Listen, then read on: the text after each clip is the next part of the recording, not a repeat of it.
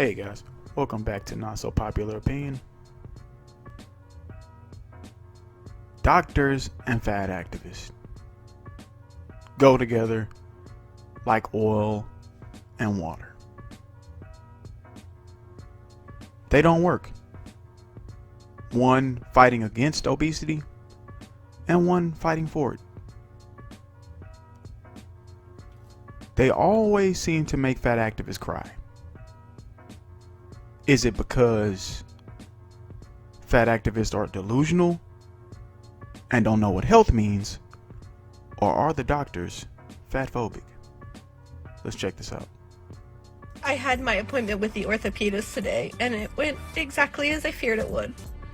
My x-rays showed progressive damage from my arthritis, and I was hoping that today would be about solutions. Why is she whining with no tears? You can hear the whimper in her voice, but there are no tears. But instead I got a lecture about weight loss. Of course your doctor will give you a lecture about weight loss. Look at your issues.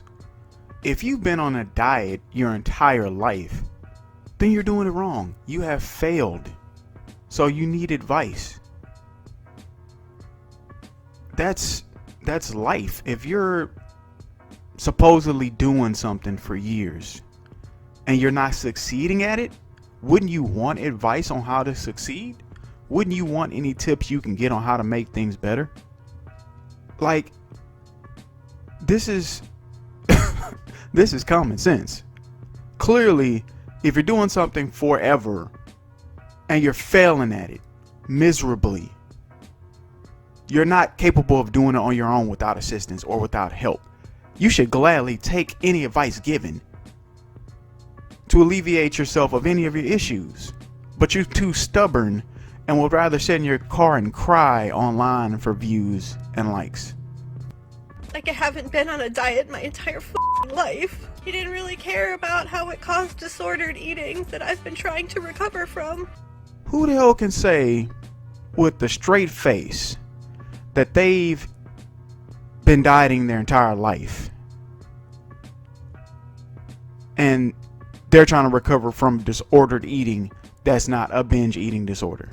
Ma'am, are you trying to convince us that you have a restrictive eating disorder that you're trying to recover from? Nobody's that stupid, right? Nobody's that stupid to believe a woman who's been dieting her entire life that is still overweight is recovering from a restrictive eating disorder. You think we boo-boo the fool? Nobody believes that. Nobody believes this whining, this whimpering, and these non-existent tears. I'm still waiting on a tear to drop. And that I have medical issues and medications that make it virtually impossible to lose weight. Is there a medication that makes it impossible to lose weight? If anybody is, a pharmaceutical rep or a pharmacist or a pharmacy technician or knows anything about legal medications, please pitch in and let me know, because I've never heard of any medication that would prevent you from losing weight. Some medications do have side effects that will cause weight gain, that will make it a little harder to lose weight, but I don't think any that has side effects that will make it impossible to lose weight.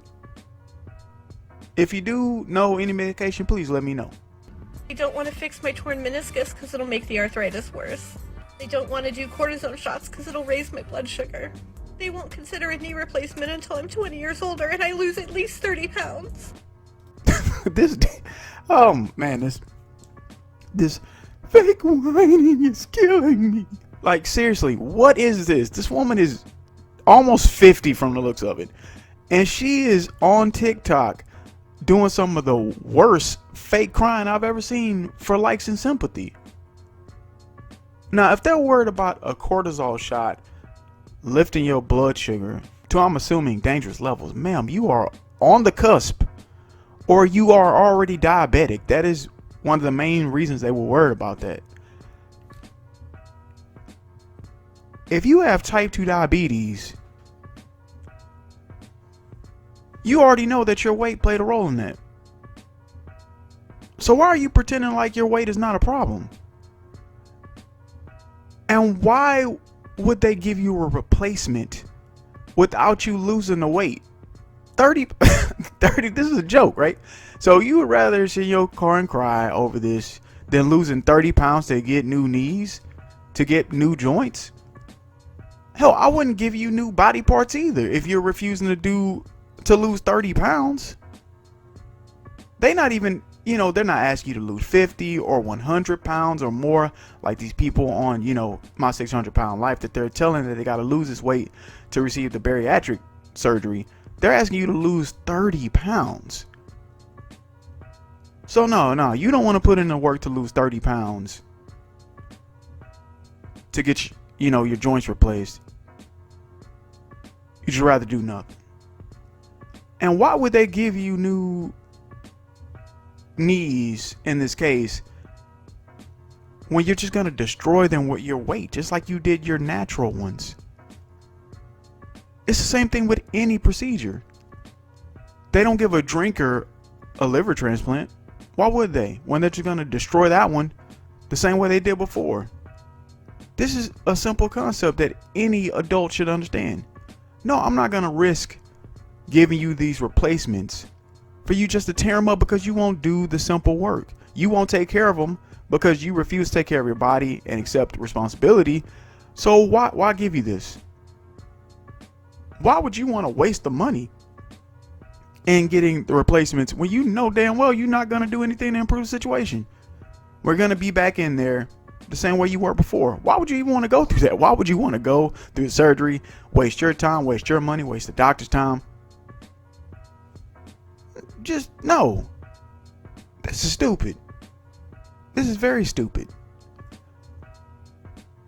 Everyone should understand this. It's like you go to a mechanic, they tell you need brakes and rotors because you've grinded the brakes down so far that they scratched up the rotors. And if you don't replace the rotors, any new brakes they put on your car are going to get destroyed. But now you say, you know what, give me new brakes anyway. They give you those new brakes and maybe a month goes by when you hear that grinding noise again because your rotors are destroyed. This same concept, man, your body is destroyed by your weight. And all you're doing is weakening your joints. And if you refuse to do something about your weight, any new joints they put on are going to be destroyed just like the last ones. The joint itself is not the problem. The weight bearing down on the joints is the problem. You must do something about that first. But no, you don't want to. They told me to use assistive devices like canes, walkers, and wheelchairs, but wouldn't give me a disabled parking pass.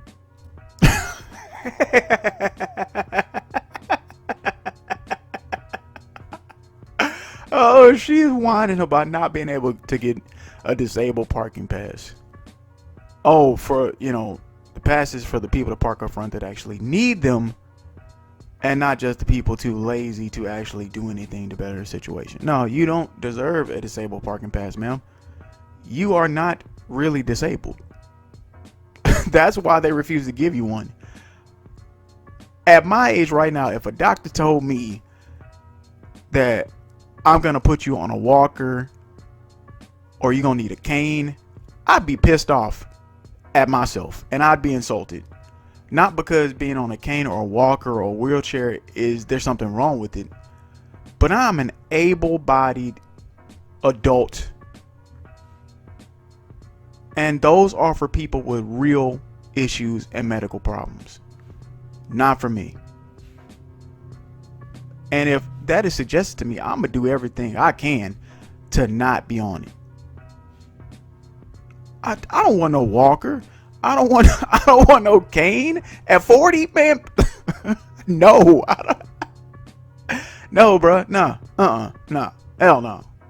Save that for the elderly and the truly disabled people. Basically, they told me just live with the pain and f*** off.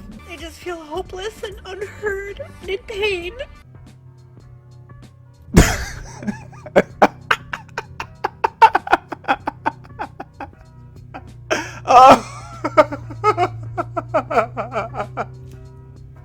Oh, I really wish a doctor would tell one of these fat activists that. I really wish a doctor would risk it all, put it all on the line to just tell a fat activist that comes in their office and argues with them to just fuck off and deal with the pain. That would be amazing. She knows her problem is the weight. She doesn't want to do the work. Like many of these fat activists, they refuse to accept that their weight is the problem because they've convinced themselves that all that weight pushing down on their joints is somehow not the reason that they're weak and not the reason that they're deteriorating at an alarming rate. They don't understand how weight works. They don't understand how anything works. If you've ever seen a weightlifter trying to squat, when that rack with all that weight sits upon the shoulders and they try to squat down and they begin to shake and tense up and struggle to go down and get back up, that is not because a squat is hard to do on its own. That is because of all that weight that is thrust upon his shoulders that he's trying to work with. The weight. Say it again. The weight is the issue. The pounds is the issue. Yeah, I wish a doctor would tell one of these people to just fuck off and live in pain. If only. Right? If only that could happen. Maybe they would understand. Maybe they would get it. Why do they find the need to get on TikTok and cry and whine with no real tears? Why do people fall for this? Why do people have sympathy for them? They're doing it to themselves. Nobody's doing it to them. This lady is almost 50 years old. She knows better. She knows that she needs to lose the weight. She knows that she failed at dieting. She knows that she's failed at this. But it is easier to get online and to blame everyone else, including the doctors, and call them fatphobic for just simply doing their job. That is what a doctor is supposed to do. A doctor is supposed to help you. And if losing the weight is the first step into living a better life, living without the pain, why wouldn't you want to do it? Because it's difficult, because it's hard, and because it's easy to just claim the world is against you and you're the victim in this. When nobody is doing anything to you, you literally did this to yourself with your bad eating habits. Take accountability, take responsibility, lose the weight, live a better life. The doctor is not your enemy. You are. Alright, ladies and gentlemen, as always, I'd love to hear what you think.